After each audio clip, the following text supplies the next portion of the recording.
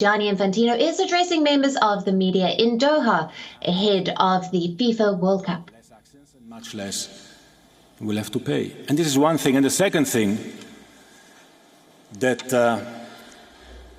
I was pleased about is that the Minister of Labour himself mentioned at the European Parliament that if in the past, because we are speaking about the recent past, the last 4 years, and the future, next 4 years, if in the past there is a worker who has not received due compensation in accordance with the laws of Qatar, which are public, you can go and see them, Article 110 and following of the Qatar Labour Code. If somebody has not received it, he or his family can go to the Ministry of Labour and seek for compensation. And if you don't get it, let us know, and we will help you. Because this is due by law. It's not due because somebody asks us to do something that then will have to be managed in a way that nobody knows how, where also all unions would have been against. But that's not the end of it, because the third announcement linked with workers is with regard to the FIFA World Cup Qatar 2022 Legacy Fund. So we have been seeing there is a permanent office of ILO, or there will be, and we'll be back. We will be here to check, don't worry, because you will be gone. Compensation for workers who are not paid or who have accidents exists at very significant amounts. And FIFA has a legacy fund for this World Cup. Now, the amount of this legacy fund will be decided after the World Cup. It will certainly be a percentage of the revenues of the World Cup. But since so many people around the world have been speaking out on these topics, for the first time, FIFA is opening up its compensation its legacy fund to anyone who wants to invest in it. We'll publish the details. Anyone who wants to invest in the FIFA World Cup 2022 Legacy Fund shall invest. And those who invest a certain amount will be part of a board that can decide where the money goes. Now, where should this money go? The two ideas that we have, we'll submit them, of course, to the Council.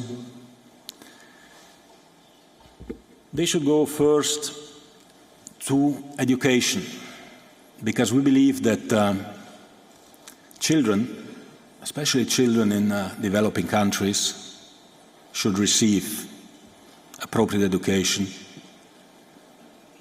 so that they can build a better future. We signed an agreement 2 weeks ago with the state of India, where we help 25 million children in India through education. So we want to focus on education, and especially education of girls and women, because this is very important, especially in certain countries. So part of this legacy fund will go into education. And I would like to thank the Qatari authorities for accepting this, because normally FIFA legacy funds of World Cups, they go to the local football community.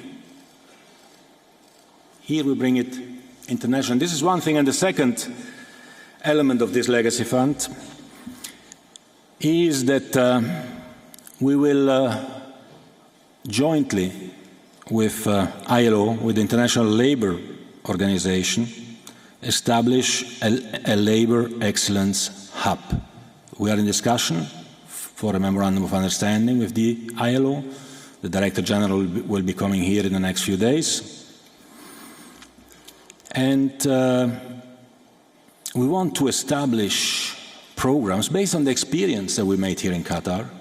I would never have thought that I have to deal with labor matters. Based on the experience we made in Qatar,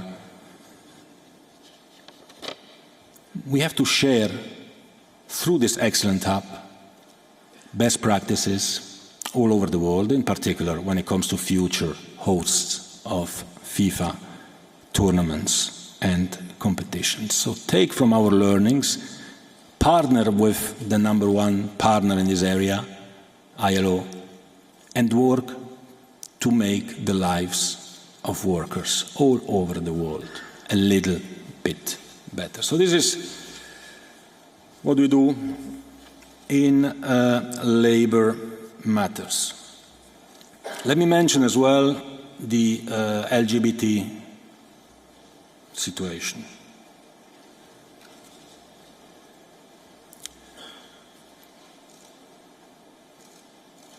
I've been speaking about this topic with the highest leadership of the country several times, not just once. They have confirmed, and I can confirm, that everyone is welcome. If you have a person here and there who says the opposite, well, that's not the opinion of the country, and it's certainly not the opinion of FIFA. This is a clear FIFA requirement. Everyone has to be welcomed. Everyone that comes to Qatar is welcome. Whatever religion, race, sexual orientation, belief she or he has, everyone is welcome. This was our requirement, and the Qatari state sticks to that requirement. Now you will tell me, yeah, but these legislations which prohibit that and whatever, you have to go to jail, I don't know what. Yes, these legislations exist in many countries in the world. These legislations existed in Switzerland when Switzerland organized the World Cup. It was in 1954, I was not born yet. So again, like for the workers, these are processes. So what do you want to do about it? You want to stay home and hammer and criticize and say how bad they are, these Arabs or these Muslims or whatever, because it's not allowed to be publicly gay? Of course I believe it should be allowed as FIFA President. But I went through a process.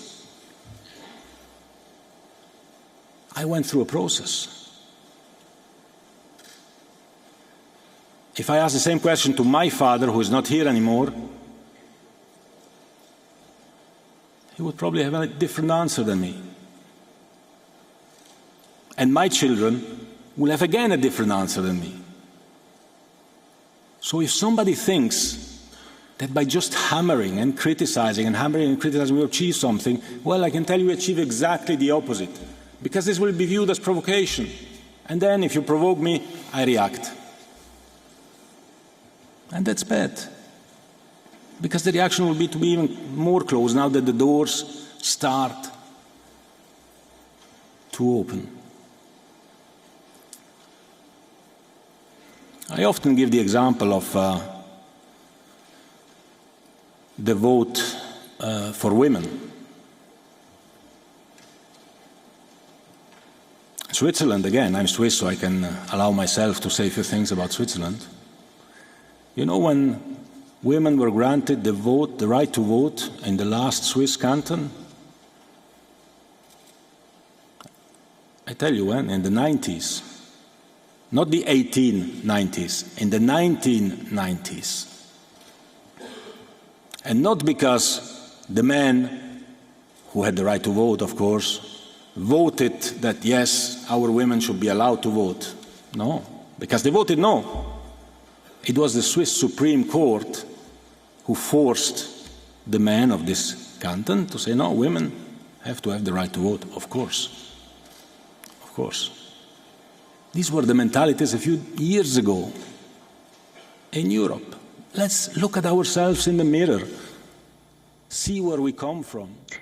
And we're just listening to FIFA President Gianni Infantino addressing members of the media in Doha just ahead of the FIFA World Cup, which kicks off tomorrow.